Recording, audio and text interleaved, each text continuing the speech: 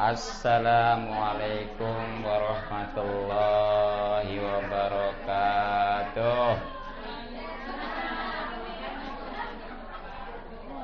Bismillahirrahmanirrahim.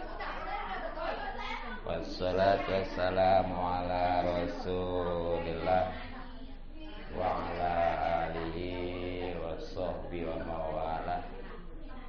Amma ba'du. Allahumma rizqna fahman nabiyyin amin wa ibdul mursalin wa ilhamal malaikatil muqarrabin. Allahumma inna nas'aluka ilman nafi'a wa amalan mutaqabbala wa rizqan thayyiban katsiran mubaraka. Allahumma nawwir qulubana binuri hidayatika kama nawwal qalba binuri santika abada walhamdulillahi rabbil alamin. Yang sama-sama kita hormati dan kita cintai para ustazah, para guru ngaji, para tokoh dan sepuh.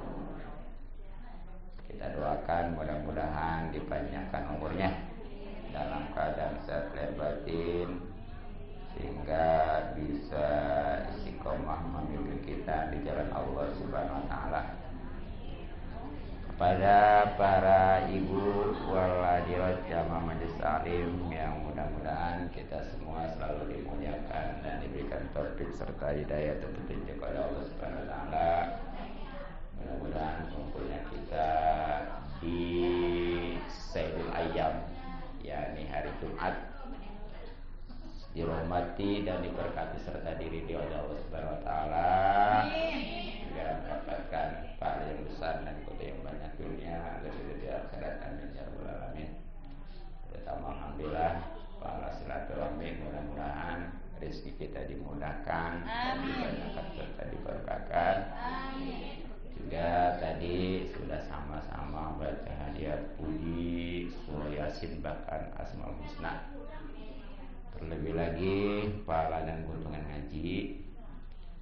Maka dari itu mari kita kembali kaji kitabnya yang punya dan bawa, dibuka kitabnya halaman 57 ya.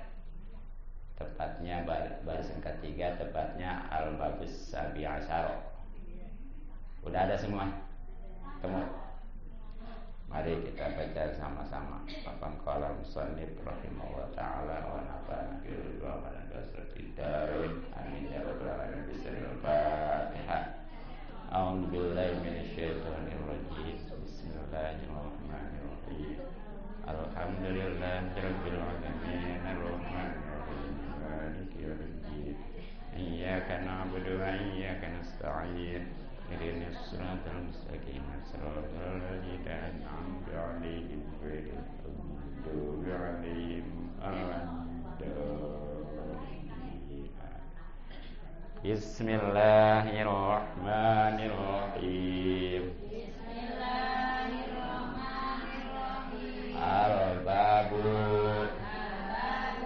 bab As-Sabi Asyara, yang ke-17, Fi fadilatis shadaqati, itu menerangkan fadilah bersedekah. Qala, bersabda An-Nabiyyu, Nabi sallallahu alaihi wasallam, as-shadaqatu, sedekah itu tadfa'u, menolak mitatassu'i, kematian yang jelek. Wa qala, dan bersabda Nabi sallallahu alaihi wasallam, Sadaqatu sirri, sedekah yang sembunyi. Tutfi'u, itu akan memadamkan. Ghadabar Rabbi, kemarahan Tuhan. Wassadaqatul alaniyati, dan sedekah secara terang-terangan. Junnatun, itu adalah perisai. Minan nari, dari api neraka. Rawahu, hadis riwayat Al-Qadai, Imam Qadai. An Abi Hurairah, dari sahabat Abi Hurairah. Wa huwa, dan ini hadis ini hadisun, itu ialah hadis dhaifun, yang dhaif. Wa qala, dan bersabda Nabi sallallahu alaihi wasallam, as-sadaqatu, sedekah itu tasuddu, menutup ya, sab'ina baban, 70 pintu. Minasui, dari kejahatan. Rawahu, hadis riwayat At-Tabrani, Imam Tabrani. An Rafi ibni Khadijin, dari sahabat Rafi bin Khadij. Isnadin, dengan isnad dhaifin, yang dhaif. Dan dulu ya, ntar kurang gampang nambah.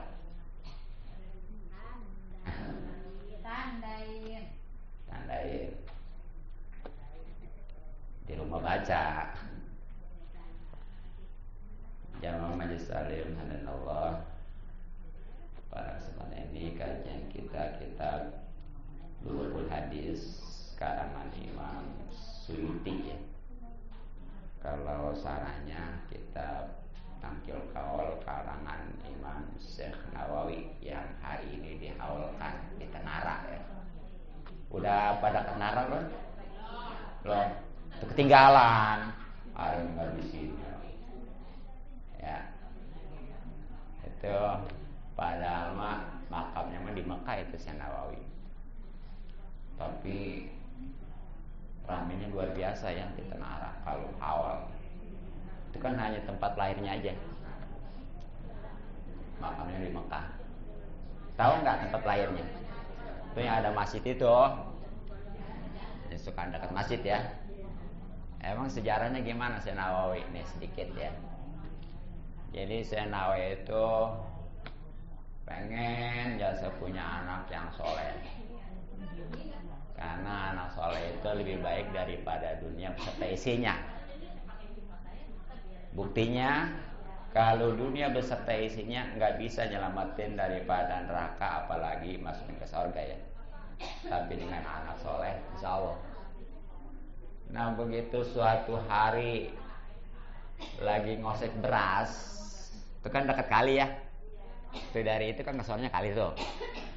Ngosek beras, itu beras. Kalau ngosek beras biasanya zaman dulu pakai apa? Pakai bakul.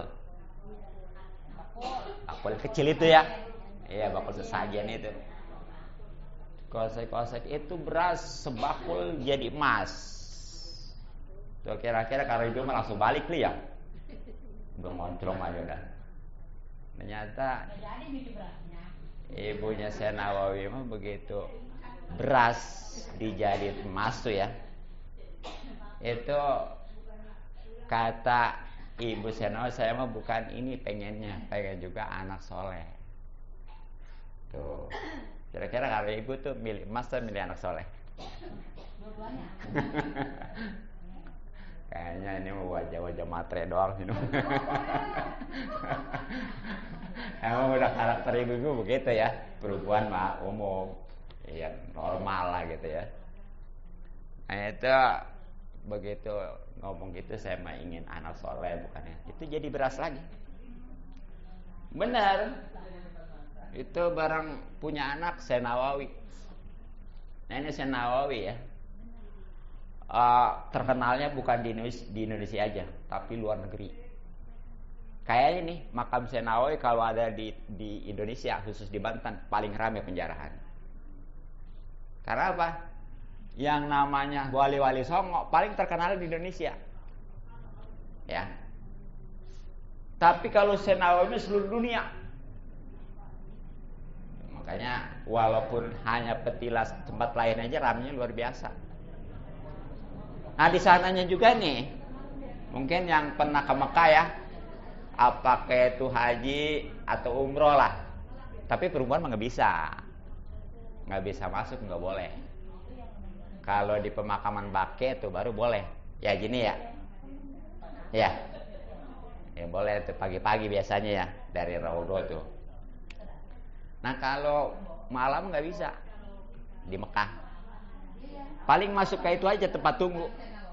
Jadi hanya laki-laki yang boleh. Itu pun kalau nggak tahu susah karena ada di pojok ya.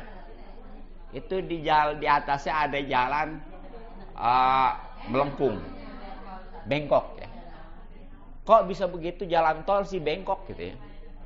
Kan jalan tol mah biasanya di kita mah apa? Lempang ya. Di situ mah bengkok. Apa sebabnya? Karena waktu ngebangun tuh asal lebas itu rubuh. Asal dibangun lebas itu rubuh. Begitu aja. Penasaran di bawahnya ada apa sih nih? Ternyata begitu digali itu ya ada makam Senawawi. Jangankan orangnya, kapannya udah ratusan tahun masih seger, masih cekas. Bahkan begitu dibuka wajahnya itu sempat kedip matanya. Kira-kira bagaimana tuh kalau kita? Kabur ya. Tuh orang istimewa mah jangankan istilahnya orangnya ya, kapannya aja deh ikut-ikut terhormat tuh, nggak busuk. Tuh makanya. Tapi nggak dipulangin tuh ke Indonesia ya, begitu udah ketahuan juga, malah tetap dipendam di situ. Bahkan justru jalanan itu nyengeleh gitu ya, karena kalau dipindahin ke Indonesia, kayaknya tuh objek wisatanya kurang. Karena orang gak penasaran lagi. Kan gara-gara makam Senawawi itu di Mekah, di Malah tepatnya, jadi orang penasaran, yang mana sih makam Senawawi? Orang Indonesia yang paling terkenal. Gitu ya. Nah, jadi kalau pengen tahu jelas awalnya nih Jumat ini nih ya. Jumatnya nih Jumat besok sih? Garang ya? Ntar ngabisin. Iya, ntar ngabisin Jumat terakhir Syawal biasanya ya. Iya, itu Senawawi. Nah jadi kalau ini cuma nih kitab Ibnu Suyuti, ini orang luar ya. Nah jadi di bab ke-17 semuanya kitab ini berapa bab? Ada berapa bab semuanya? Ngaji sampai ke sini mesti belum juga. Sengaja dites, yang tahu. Ada 40 bab. Kan udah dibilangin di awal juga ya, 40 bab. Setiap babnya ada 10 hadis. Ingetin tuh. Ya, ingetin. Jadi kitab Lubabul Hadis ini babnya ada 40. Setiap babnya ada 10 hadis. Nah berarti semuanya berapa hadis? Matre ongkong itu mah bebel. 40 dikali 10 berapa? 400. Nih ya. Kitab kecil juga 400 hadis ini kalau udah bisa paham, pokoknya mah jadi ustazah ya. Iya. Nah, itu ya. Nah, pada kesempatan ini adalah di bab yang ke-17. Berarti berapa bab lagi? 23 ya. 23 lagi. Ini udah ada setahun nih. Lebih. Ya. Berapa tahun lagi dia? Udah, yang penting mengaji ya. Insya panjang umur sehat lah gitu aja ya. Iya. Jadi di bab yang ke-17 ini menjelaskan tentang padilah. Padilah itu utama. Makanya kalau punya anak laki-laki namanya si Padil, bagus itu. Kalau perempuan Padilah. Ini mah Padilah laki ya. Almarhum ya. Almarhum ya. Ya padahal Padilah perempuan itu. Kalau laki mah Padil. Gitu ya. Sama artinya mah utama-utama juga gitu, istimewa. Ya, ini tentang padilah atau keutamaan sodakoh ya. Sodakoh. Nah, ini yang namanya sodakoh sebenarnya mah bukan kepada orang miskin aja, atau ke orang kaya juga sama. Ke orang kafir juga nggak masalah sodakoh mah. Bahkan ke binatang sama sodakoh juga ya. Itu makanya kalau ada kucing di rumah nyolong, kadang-kadang lupa sih ya, main sepak aja gitu ya. Coba itu yang suka nyepak kucing ya, suka nakutin kucing itu, kalau nanti berangkat hajinya baik kalau nginget ya. Ada bener ceritanya, barangan saya ya. Nih ceritanya dua, kan saya waktu berangkat haji jadi kepala regu ya. Jadi itu semua ini saya. Jadi gini, yang satu nih, dia itu kayaknya apa namanya tuh naik lift ya. Pan di Mekah hotelnya kamar sama aja. Dari lantai 1 sampai berapa ya, sama aja letak posisinya gitu. Ya, yang belum tahu mah bengong aja. Mudah-mudahan ya. Iya. Sama aja dia kalau. Itu naik lift, turun naik aja. Sebenarnya pengen keluar dari abis asar nyampe maghrib, dari asar nyampe maghrib. Walaupun dipanggil-panggil, jom-jom aja. Jadi nih, di Mekah kalau ada orang ketelimbang ya, itu kalau dipanggil mah tetap belum bisa nyadar. Kudu kita pegang. Kalau dipegang baru tuh. Kalau baru dipanggil mah kayak gimana sih, kayak ada suara nggak ada rupa gitu. Kalau dipegang langsung begitu ya. Begitu saya pegang, emang okong orang tua nih ya. Itu kalau yang tahu mah itu orang Kedaung ya, yang tukang sunat itu. Ya. Jadi ceritanya ditanya sama saya, emang kenapa ini okong bisa saya lihatin dari tadi nih ya. Turun naik. Ya, nggak mungkin kan aki-aki mah belagu ya. Iya, kalau ibu mah bisa jadi belagu, turun naik sok jasa gitu ya. Kagak mungkin kan? Nah, itu akhirnya begitu dia bilang, aduh katanya okong ini katanya capek jasa, pengen keluar dari pagi. Emang kenapa sebabnya, inget kong? Ini katanya gitu. Waktu di Indonesianya dulu okong ya, itu katanya gini, kucing jadi digebuk enggak sama dia, cuma tuh pintu semua dikunci sama dia, ditutup ya kucing mah ditutup juga nggak bisa keluar ya, tapi digebah-gebah, ditakut-takutin. Itu kayak begitu tuh. Ada lagi, ini satu lagi lain orang nih, itu kalau tawaf diinjak-injak sama orang hitam yang tinggi gede. Tahu sendiri kan ya, yang diinjak-injak ini saya kecil ya. Ini dia mah lebih kecil lagi. Nggak saya kasih tahu namanya ya. Itu asal pulang tawaf pada bengkak kakinya. Bang ditanya-tanya, emang kenapa ini? Aduh katanya ya, itu kalau makan tuh asal ada kucing ngerungsepin main depak-depak aja tuh bapak itu ya. Awas. Kucing baru nyamperin deh. Depak kayak gitu ya. Belum tentu nyolong. Iya. Jadi sama. Iya, sedekah itu ke binatang juga ya. Tapi jangan mentang-mentang gitu nih yang punya, ya termasuk ke kambing apa ya. Nih yang punya piaraan kambing mah itu wajib dijaga. Ayam juga sebenarnya itu kudunya diimpanin dulu. Kalau punya ayam nggak diimpanin di rumah, terus umpamanya mapal punya orang, dosa. Tuh, jadi ayam mah burung tuh ya kudu diimpanin dulu.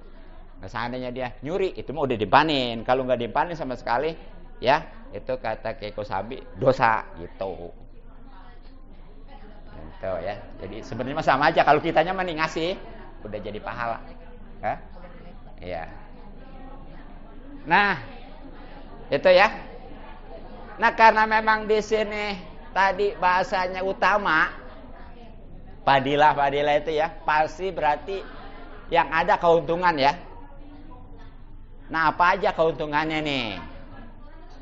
Ya sebenarnya mah ini ada 10 hadis ya.